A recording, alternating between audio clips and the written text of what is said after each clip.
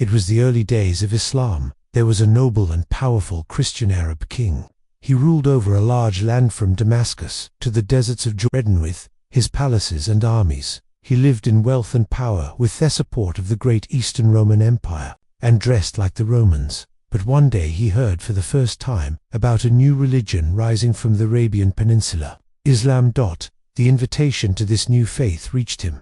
At that time the caliph was Umar Hawass, known for being strict. When the king received the message of Islam, he traveled all the way to Medina and became a Muslim. The people lifted him on their shoulders in celebration. Everything was going perfectly for him until something strange happened. One night, the king suddenly disappeared. What a sound! He left no letter, no goodbye. Soon it became clear that the king had secretly left Islam, returned to Christianity, and escaped to the Eastern Roman Empire. This event, which would put the Islamic State and the Eastern Roman Empire against each other once again, increased the tension between them. After that, great wars would take place between the two powerful empires. Butho did these strange events begin, events that even involved Khalifa. What made this king leave Islam? The end of the story would be even more surprising. The king would face a tragic and terrifying death. In this video, we will tell you for the first time one of the strangest but most shocking stories in Islamic history. Watching Religious Story TV, don't forget to subscribe to our channel, like the video, and stay tuned for more. If you're ready, let's begin. Jabala bin Ahem was from the powerful Ghassani family. His tribe originally came from Yemen, the Azd's tribe. Because of this, he was related to the Alios Ankasraj tribes in Medina. The Ghassani kingdom where he was king was founded by Arab tribes who had migrated north from Yemen after major disasters like the collapse of the Marib Dam in the 9th century BC. During these migrations, the Ghassanis settled in what is now Jordan, Syria, and the eastern parts of Palestine. There, the Byzantine Empire, Eastern Rome, recognized them as a buffer Andorli kingdom to protect the eastern borders. Officially, they were under Byzantium, but they were independent in their internal affairs. So, they continued as an allied but self-governing kingdom. Jabala bin Iyam became the last king of the Ghassani dynasty. His father Iyam was also a noble from the same family. Jabala was born into this royal house. He received military and political education and was introduced to Roman culture at an early age. He also strongly embraced Christianity. The Ghassanis were a Christian country, loyal to Byzantium. This meant they followed the Orthodox branch of Christianity and were closely connected to Rome, both religiously and politically. Jabala carried this belief in both political and cultural ways. The Ghassan were one of the first major Christian Arab states. Even Hassan bin Tobit, a famous poet and companion of the Prophet, who later became Muslim, grew up among the Ghassanis. During Jabala's rule, the Ghassanis were stylized by the Byzantines as defenders of the eastern frontier. They were given military support, titles and tax exemptions. The Ghassani kings were shown greater respect in the Byzantine court. Some even took part in official Roman ceremonies, wore Roman clothes, and wore golden crowns. Jabala also continued this tradition. Until that time, the tribes of the Arabian Peninsula had never had any conflict with the Ghassanis. They shared the same Arab roots. Instead, they had trade and political relations, especially with the north. However, when Islam began to spread, the power of the Ghassani kingdom started to weaken. Byzantium's internal troubles and long wars with the Sassanids forced the Ghassanis to look for new alliances. At the time when Jabala heard the message of Islam, he wanted to accept. He wrote a letter to Caliph Umar to inform him and asked for permission to come to Medina. Umar and the Muslims were very happy to receive this news. In his reply, Umar told Jabala that he could come to Medina, and if he became Muslim, he would have all the rights and responsibilities like every other Muslim. So Jabala set out with 500 horsemen from Akka and Jafan. As he neared Medina, he dressed his men in clothes decorated with silver and embroidery. He also wore his crown, which had an earring, passed down from his grandmother. When Jabala entered the city, women, children, and all the people of Medina came out to greet him. Everyone was happy that Jabala had become Muslim and come to Medina.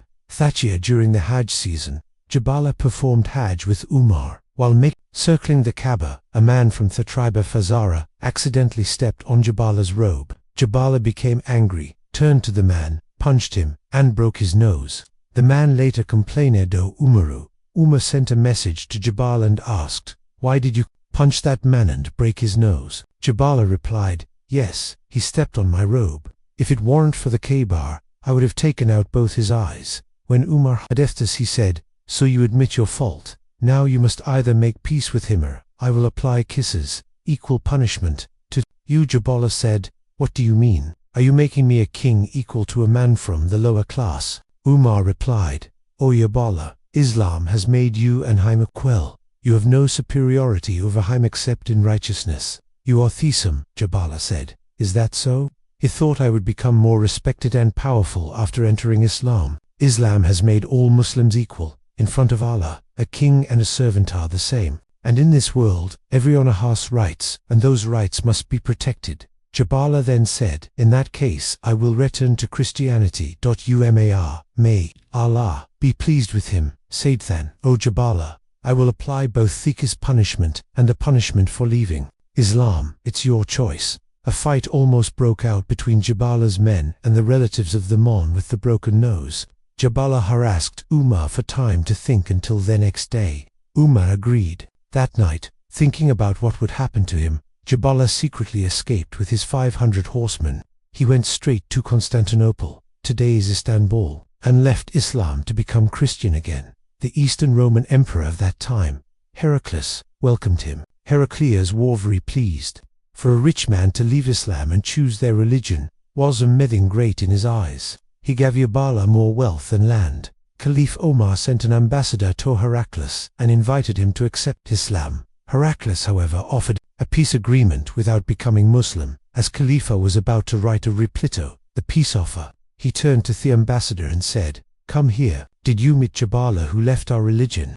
The ambassador replied, "No." Umar said to him, "First ask to see Jabala, then tell them that Khalifa Umar will write his answer after that." So the ambassador went back to the Eastern Roman Empire, to Constantinople, to see the condition of Jabala. When he arrived at the gate of Heraclius, many servants and guards were standing there. After a long wait and insistence, the ambassador was finally allowed to enter. Inside, he saw a man with a yellow beard. But this was strange. This man used to have dark skin and black hair and beard. The ambassador kept staring, trying to recognize him now. Let us hear how the ambassador later described the event to Khalifa Umar. "I later learned that he had dyed his beard with golden color. He was sitting on a crystal throne with a golden It was none other than Jabala. When he saw me, he recognized me and asked me to sit beside him. He asked about the Muslims. I said, they are doing well and they grow stronger every day. Then he asked about Umar. When I told him he was well, I noticed a sadness appear on Jabala's face. Jabalathon invited me to sit on a golden chair. Food was brought for me. He asked, why didn't you accept the food or sit on the chair? I replied, our Prophet Saul, Allah.ai, Wasallam, forbade us from using gold. He said, keep your heart pure. Don't worry about where you sit. Look at the intention behind hospitality, not just the words. What appetite for you. You learned Islam and its virtues, its beauty, and still you are not Muslim. You're saying this to me now after all that has happened. I said yes, even someone who was worse than Europe. He left Islam, fought Muslims with a sword, but later returned to Islam and was accepted. Then Jabula said, leave me alone. But if Umar promises to marry me, his daughter and hand over the leadership to me after his death, then I will become Muslim. I said, with the permission of Allah, I can promise to give him the Caliphate's daughter in marriage, but I cannot promise to give him leadership. The ambassador then describes more details about Jabala's life. He tells how golden and silver tables were set, and people ate from golden and silver plates, but he himself stayed away from all of that. He also describes how Jabala signaled to us, and jewel-covered chairs were brought. People of great beauty sat on his left and right. It looked as if he was trying to show that he was living in a paradise on earth. Whatever a person could desire, anything the ego loves, Jabala was living it. There were poems, songs, and music. It was a royal life full of fantasy and luxury. But the ambassador says he could clearly see that Jabala was not happy, despite all this glitter and luxury. He was trying to find comfort in fake beauty and distraction, but his sadness was obvious. The ambassador continues, Jabala asked him whether Hassan bin Sabit was alive or dead. The ambassador answered, "He is alive." Then Jabala said, "If so, I want to offer him a gift and give us something to his family." The ambassador later returned to Umar and told him everything he saw and experienced. He gave him the gifts and passed on Jabala's message for Hassan bin Sabit. He also told Umar that he had agreed to one of Jabala's conditions, marrying his daughter. But when the ambassador returned to Constantinople, he found people coming back from Jabala